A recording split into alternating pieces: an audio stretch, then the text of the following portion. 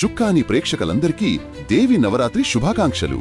ఈ 9 రోజులు మనం అమ్మవారిని పూజించడమే కాదు, అమ్మవారి 9 శక్తులను మన ఆర్థిక జీవితంలోకి వేగంగా ఆహ్వానించుకుందాం. మీ ఆర్థిక ప్రణాళిక ఇదే. మొదటిది సంకల్ప శక్తి. పొదుపు చెయ్యాలి, అప్పుల నుండి బయటపడాలి అని గట్టిగా నిర్ణయం తీసుకోండి. రెండవది క్రమశిక్షణ శక్తి. ప్రతి నెల క్రమం తప్పకుండా సిప్ రూపంలో పెట్టుబడి పెట్టండి. మూడవది ధైర్యశక్తి. ఎఫ్డీలను దాటి సరైన రీసెర్చ్తో ఈక్విటీ మార్కెట్లో ధైర్యంగా అడుగుపెట్టండి. నాలుగవది సృజన శక్తి. జీతంపైనే ఆధారపడకుండా కొత్త ఆదాయ మార్గాలను సృష్టించుకోండి. ఐదవది రక్షణ శక్తి.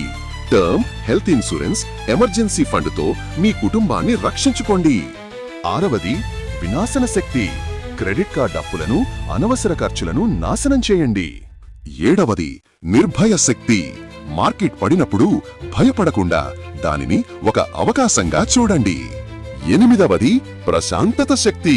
అప్పులు లేని జీవితమిచ్చే అసలైన మానసిక ప్రశాంతతను సాధించండి. చివరిగా సిద్ధిశక్తి. పైన చెప్పినవన్నీ ఆచరించి ఆర్థిక స్వేచ్ఛ అనే అంతిమ సిద్ధిని పొందండి. ఈ నవరాత్రులు మీ జీవితంలోకి అష్టైశ్వర్యాలతో పాటు ఈ నవవిధ ఆర్థిక శక్తులను కూడా తీసుకురావాలని చుక్కాని మనస్ఫూర్తిగా కోరుకుంటోంది. మీకు ఏ శక్తి కావాలో కామెంట్ చేయండి. ఈ 9 శక్తులలో మీరు దేనిపై దృష్టి పెడుతున్నారో కామెంట్ చేయండి. అందరికీ శుభం కలుగుగాక.